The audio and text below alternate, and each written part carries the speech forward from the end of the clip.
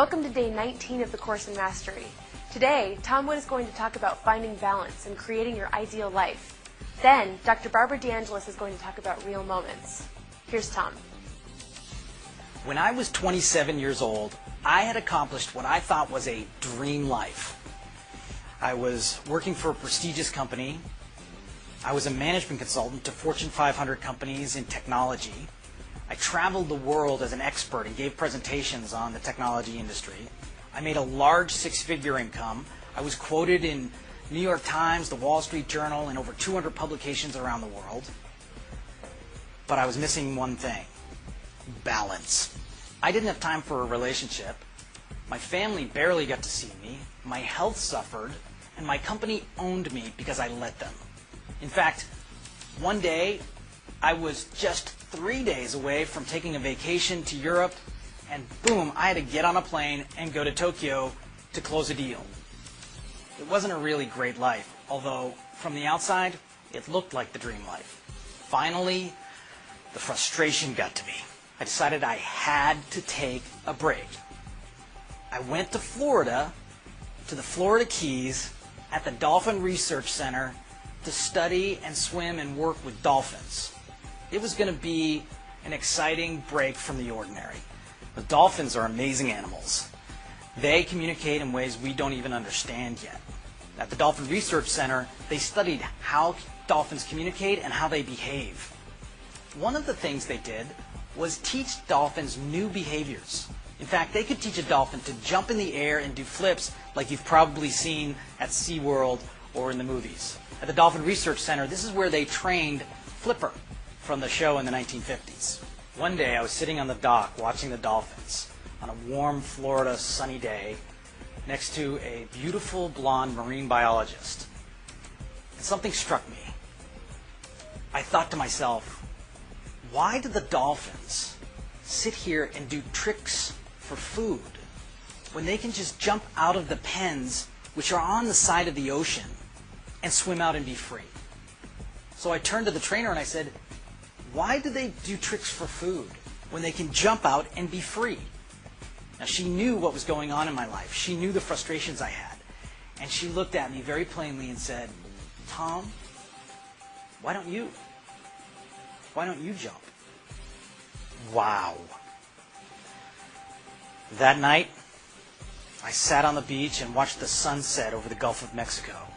And I pondered this question that started to invade my soul. Are you really free? Are you? I thought to myself, what am I doing? Where's the balance in my life? Where's the joy? Am I just so focused, so one-sided that I can't be a full, whole person? So I'm going to ask you a very similar question. And I want you to take out your journal and write this question down. And then I'm going to ask you to answer it. Not right now, but at some point I want you to answer that. Here's the question. What is the perfect life for you? Not for your husband or your wife, not for your parents, not for your friends. What is the perfect life for you? In answering that question, I want you to answer some other questions too. What kind of work would you do? How much time would you take off? What would your relationships be like? Who would your relationships be with? What kind of shape would you be in? How much time would you spend staying fit? How much time would you spend on you? How much would you spend giving back? Right from beginning to end, from the beginning of the day to the end of the day, what it would feel like, what it would look like, what things would sound like, the energy that you have in that day. Do that right now. One of the leading experts on relationships, a well-respected leader in the area of personal growth, and the author of 13 best-selling books, Dr. Barbara DeAngelis has reached millions of people with her positive messages about love, happiness, and the search for meaning in life. In this clip, she discusses what truly makes you happy and how not to get thrown off balance. She explains that happiness is a skill, not an acquisition. I think you'll appreciate what she has to say. The final thing about not taking the long way home is remembering what truly is going to make you happy and not getting thrown off balance. And that brings me to the phrase I've used several times, real moments. A lot of us in this country spend our time thinking that the more we have and the more we get and the more we do, we're going to be happy. I'll be happy when I lose weight. I'll be happy when I find a husband. I'll be happy when I sell X amount and get into this club and that club. I'll be happy when I win an award. I'll be happy when. We postpone our happiness until you get something. And then you get what you thought would make you happy. You feel good for a few minutes. And then you're thinking of the next thing. Okay, now I'll be happy when. And at some point in your life, and I'm going to tell you a secret right now, a secret told to me by the richest people in the world, a secret true for me. At some point in your life, you have a lot of this stuff you thought would make you happy. You've done the things you thought would make you happy. And you realize that they have had no effect on you.